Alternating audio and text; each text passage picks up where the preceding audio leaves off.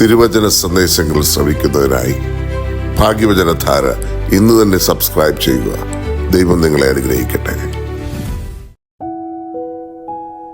ദൈവ തിരുനാമത്തിന് മഹത്വം ഉണ്ടാകട്ടെ. എല്ലാവർക്കും യേശുക്രിസ്തുവിന്റെ സ്നേഹമുള്ള നാമത്തിൽ വന്ദനം. ദൈവഹിതമനുസരിച്ച് സ്നേഹമുള്ള സഹോദരങ്ങളെ, നമ്മൾ ദൈവഹിതമനുസരിച്ചാണോ ജീവിക്കുന്നത്? അതോ നമ്മുടെ ഹൃദയത്തിന്റെ ആഗ്രഹങ്ങൾ അനുസരിച്ചാണോ? ദൈവമേ, അങ്ങയുടെ ഹിതമനുസരിച്ച് ജീവിക്കുവാൻ എന്നെ അനുഗ്രഹിക്കണമേ എന്ന് നമ്മൾ പ്രാർത്ഥിക്കാറുണ്ടോ? അങ്ങനെയെങ്കിൽ അന്ത്യത്തോളം ദൈവത്തിന്റെ കൃപ പകർന്ന് നമ്മെ വഴി നടത്തുന്ന ഒരു ദൈവമാണ് നമ്മുടെ ദൈവം. ഒരിക്കലും അവിടുന്ന് നമ്മെ ഉപേക്ഷിക്കുകയോ കൈവിട്ടു കളയുകയോ ഇല്ല. ഒരിക്കലും നമ്മൾ അനാഥരായി എന്ന് പറയുവാൻ ഇടവരുകയില്ല.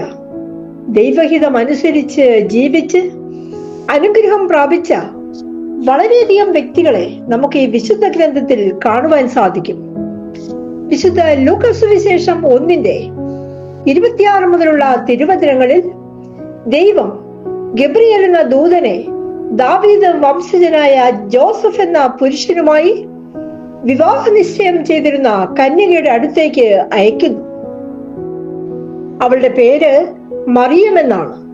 ദൂതൻ അവളുടെ അടുത്ത് വന്ന് പറഞ്ഞു, ദൈവകൃപ നിറഞ്ഞവളെ സ്വസ്തി, കർത്താവ് നിന്നോടുകൂടെ. ഈ വചനം കേട്ട് അവൾ അസ്വസ്ഥയായി. എന്താണ് ഈ അഭിവാദനത്തിന്റെ അർത്ഥം എന്നവൾ ചിന്തിക്കുകയാണ്.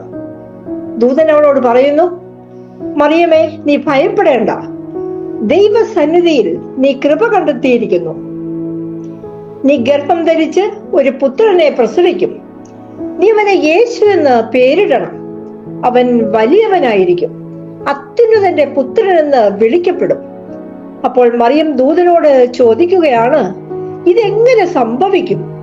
ഞാൻ പുരുഷനെ അറിയുന്നില്ലല്ലോ. അപ്പോൾ ദൂതൻ പറയുന്നു, പരിശുദ്ധാത്മാവ് നിന്റെ മേൽ വരും, അത്യുന്നതന്റെ ശക്തി നിന്റെ മേൽ ആവസിക്കും. ആകയാൽ ജനിക്കാൻ പോകുന്ന ശിശു പരിശുദ്ധൻ ദൈവപുത്രൻ എന്ന് വിളിക്കപ്പെടും. ദൈവത്തിന് ഒന്നും അസാധ്യമല്ല. അപ്പോൾ മറിയം പറയുന്നു, ഇതാ കർത്താവിന്റെ ദാസി, നിന്റെ വാക്ക് എന്നിൽ നിറവേറട്ടെ.